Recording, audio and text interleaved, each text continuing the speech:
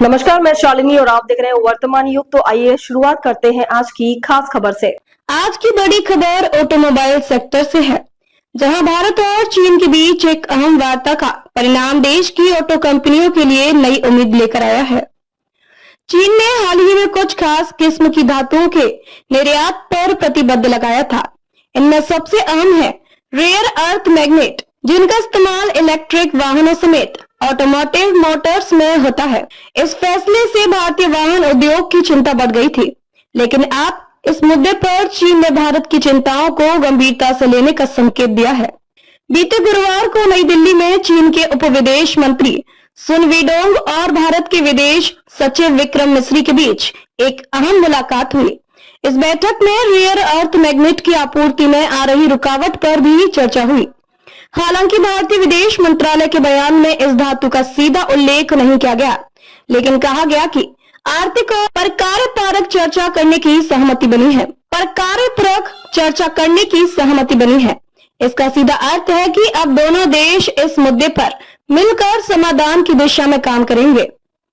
Rare earth magnet ऐसे खास चुंबकीय पदार्थ होते हैं जिनका इस्तेमाल इलेक्ट्रिक वाहनों के मोटर्स, पवन टरबाइन, हाई टेक सैन्य उपकरणों और स्मार्टफोन जैसे आधुनिक उत्पादों में किया जाता है। चीन इस क्षेत्र में दुनिया का सबसे बड़ा उत्पादक है।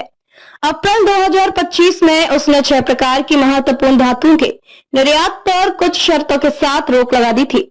इसके तहत चीन ने यह शर्त रखी थी कि आयातक देशों को यह साबित करना होगा कि ये धातुएं सैन्य उपयोग में नहीं लाई जाएंगी। भारत की प्रमुख वाहन निर्माता कंपनियां, खासकर ईवी सेगमेंट में काम करने वाली, इस आपूर्ति में रुकावट से उत्पादन में बाधाओं का सामना कर रही है। यही कारण है कि भारत ने इस मुद्दे को नई दिल्ली स्थित चीनी दूतावास और बीजिंग स्थित भारतीय मिशन के माध्यम से प्रमुखता से उठाया था। अब जब चीन इस पर बातचीत के लिए तैयार हो गया है, तो यह भारतीय ऑटो इंडस्ट्री के लिए राहत की बात है। सिर्फ भारत ही नहीं, अमेरिका और यूरोप की वाहन कंपनियां भी चीन के इस कदम से परेशान है।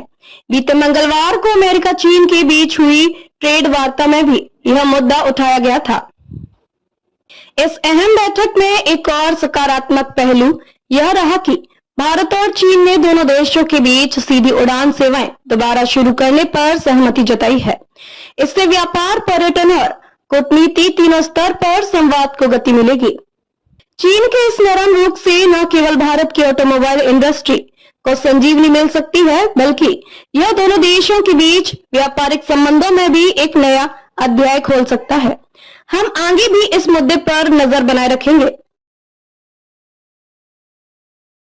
खबरों में अब तक के लिए बस इतना ही। फिर होगी आपसे मुलाकात, तब तक के लिए नमस्कार और देखते रहिए वर्तमान युग। ऐसे ही लेटेस्ट अपडेट पाने के लिए हमारे चैनल को सब्सक्राइब करें और तुरंत नोटिफिकेशन पाने के लिए बेल आइकन दबाना ना भूलें। यदि आप हमें फेसबुक या इंस्टाग्राम के माध्यम से देख रहे हैं तो हमारे पेज को फॉलो जरूर करें। धन्यवाद।